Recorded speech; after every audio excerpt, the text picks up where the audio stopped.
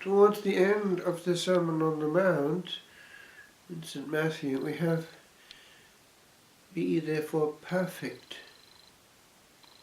as your heavenly Father is perfect."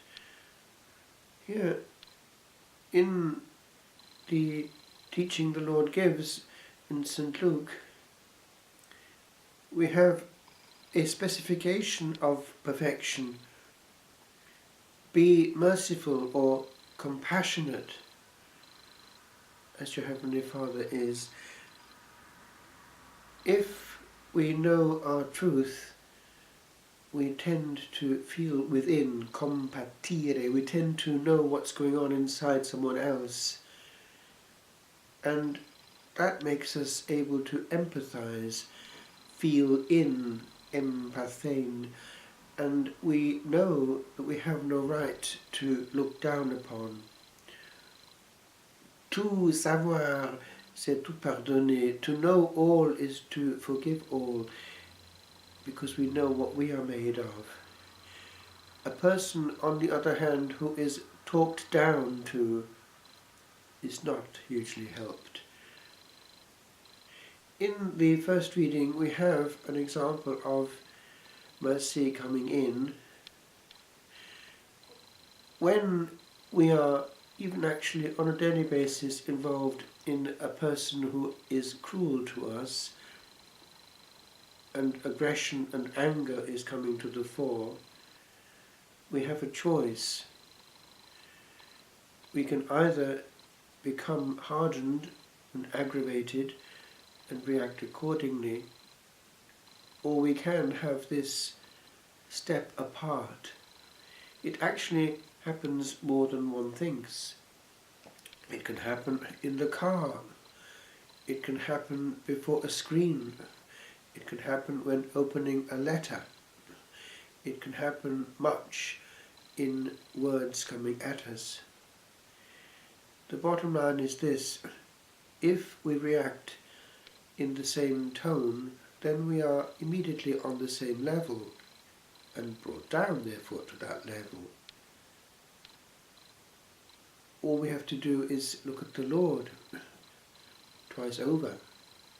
The example that he gave before his, in inverted commas, superiors, Pilate and Herod and the like, and with great dignity did not play their game. And also with regard to who counts before our eyes. If these, our fellow men, are important to us and are our judges, then we will react on their level to insist upon our glory, and lose in the process the real glory.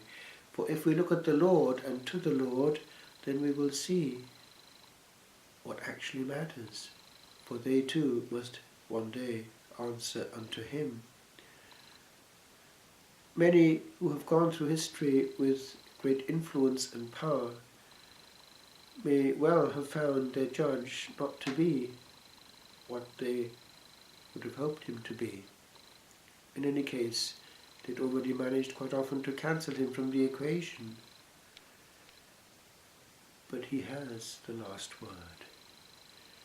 And in that context, it does help to relativize things, to look upwards. And then, when looking upwards a lot, what happens? A process of osmosis takes place. We are actually looking at love as we watch the Blessed Sacrament looking at us, and that changes our heart and gives us the mind of Christ and the compassion of the Sacred Heart. And then our attitude to others is something of an extension of the mercy of our God. A person often coming to us is suffering, and if we add to that suffering, we are not an expression of the compassion of our God. And here in this Gospel today we have several concrete transmissions of mercy. The famous turning the other cheek is actually summing it all up. And we see that coming through in many of the saints. Amongst thousands One can think of, for instance, Hugh O'Flaherty, who hid so many Jews in Rome during the war, how he actually saved the life of the family of his main persecutor, the German High Commander there in the operation.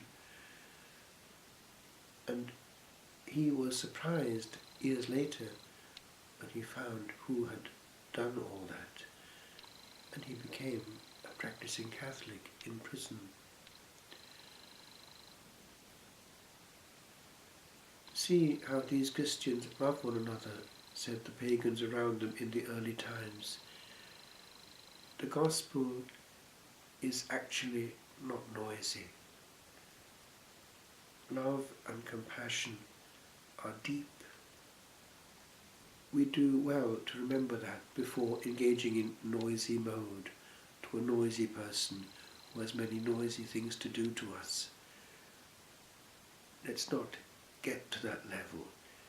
There's an old saying, why stoop so low to pick up so little?